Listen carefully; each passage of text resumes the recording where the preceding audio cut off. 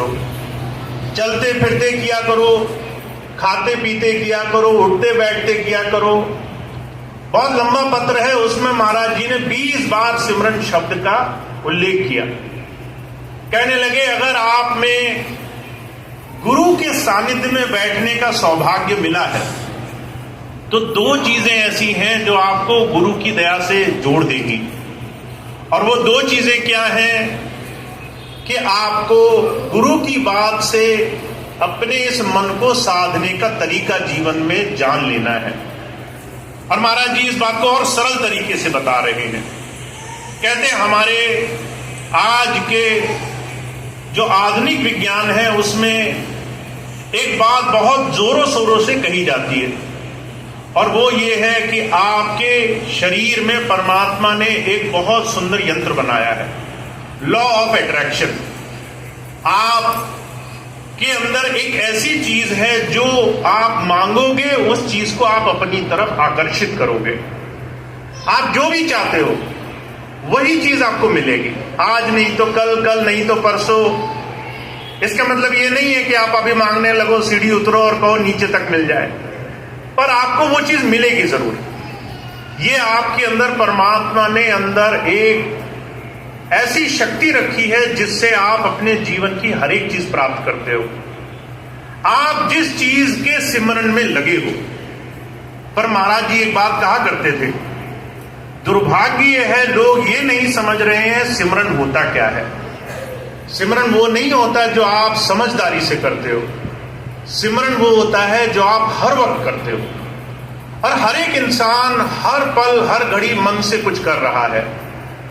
अगर आप इस चीज को एक बार परख कर देखो कि आपका मन किसी एक दिन में किस चीज की ज्यादा चिंता में, ख्याल में, ध्यान में लगा रहता है, तो आप पाओगे कि ज्यादातर संसार की जो चीजें आपको नहीं मिली आप उसी चीजों के ध्यान में अपना समय गुजारते हो। मेरा काम नहीं बना, मेरा घर खराब है, मैंने इतनी मेहनत की मुझे कुछ भी नहीं मिला। हर एक इंसान संसार में उन चीजों का सिमरन कर रहा है जिससे वो भागना चाहता है। चाहे लोग दुख से भागना चाहते हो, चाहे कष्टों से, चाहे संसार के लोगों से, चाहे ऐसे लोगों से जो उनको पसंद नहीं करते, पर हम सिमरन उन्हीं का करते हैं। हम उन्हीं की याद में लगे रहते हैं, 24 घंटे उन्हीं की बातें करते रहते हैं जिनसे हम भागना चाहते हैं, जिनसे हम दूर होना चाहते हैं। तो जो कह रहे हैं जब आप सिमरन ही उनका कर रहे हो जिनसे आप भागना चाहते हो तो वो मिलेंगे कैसे नहीं। अगर आपको संसार के सिमरन से बचना है तो आपको एक आदत, एक अभ्यास जीवन में बनाना पड़ेगा। अगर आपने ऐसा नहीं किया तो आप लाख कहोगे मुझे बीमारी ना आए, पर बीमारी बीमारी बोलते बोलते बीमारियों को आकर्षित करते रहोगे। अगर लाख कहो कि मुझे मुकदमे में ना फंसना पड़े, पर मुकदमा मुकदमा बोलते हुए मुकदमे की तरफ भागते रहोगे। अगर लाख कहोगे कि मुझे दुख न सताए, पर हमेशा दुख का रोना रोते रोते दुख को अपनी तरफ खींचते रहोगे। तो जो कह रहे हैं जहां आशा तहां बासा, जहां आस लगी होगी वहां जीवन गुजारना पड़ेगा। जहां ध्यान लगा होगा वो सिमरन बन जाएगा।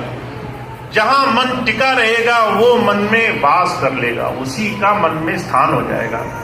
तो महाराज जी कह रहे हैं ध्यान और सिमरन ये 2 चीजें ऐसी हैं जो गुरु सिखाने के लिए आता है। और अभी आपने एक शब्द सुना, सतगुरु खोजो री प्यारी, जगत में दुर्लभ यतन गई। गुरु जी खुद कह रहे हैं कि गुरु को खोजना, गुरु के गुण को जो वो आपको समझाने के लिए आया है उसको धारण करना दुनिया में सबसे दुर्लभ रतन है। और गुरु जी का गुण क्या है? आप अगर किसी संत महापुरुष को आपने जीवन में देखा हो तो आप देखेंगे वो एकांतवासी होते हैं। जितने भी लोग स्वामी जी से मिले आज तक, जितने भी लोग उनके पास गए, उन्होंने इस चीज का अनुभव किया होगा। एक बार मैंने इस चीज को देखा, स्वामी जी विदेश गए और विदेश में एक नियम था कि हर रोज जो भी लोग आश्रम में रहते थे स्वामी जी से आधा घंटा मिलने के लिए आते थे। स्वामी जी ने एक बड़ा सा हॉल बनाया, सब आते थे, बैठ जाते थे और आधा घंटा चुप्पी सध जाती थी पूरे कमरे में। मैंने इस चीज को हर रोज देखा। हर रोज लोग आते तो थे, पर आ करके वहां आधा घंटा कुछ नहीं बोलते थे, स्वामी जी को देखते रहते थे।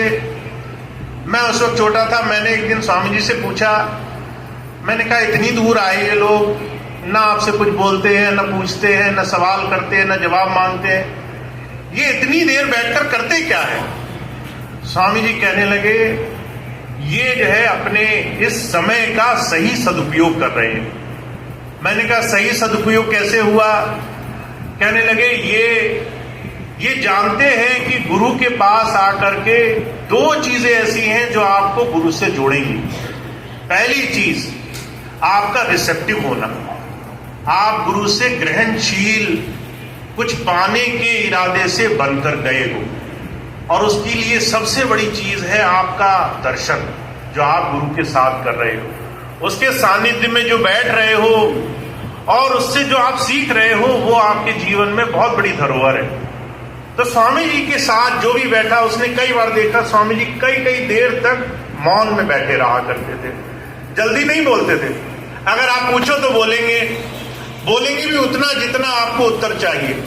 अगर 2 शब्द में उत्तर समाप्त होता है तो वो एक ही में कर दिया करते थे। कम से कम में अपनी बात कही और ज्यादातर मौन में रहे। कारण क्या है? संत आते हैं आपको ये बात समझाने के लिए कि साधना होती कैसे है। मन, संसार के साधन, दुनिया की तमाम चीजें, इस मन से रोकने की कला का नाम है सिमरन। आप जितना अपने आप को गुरु की याद में लगाकर रखोगे,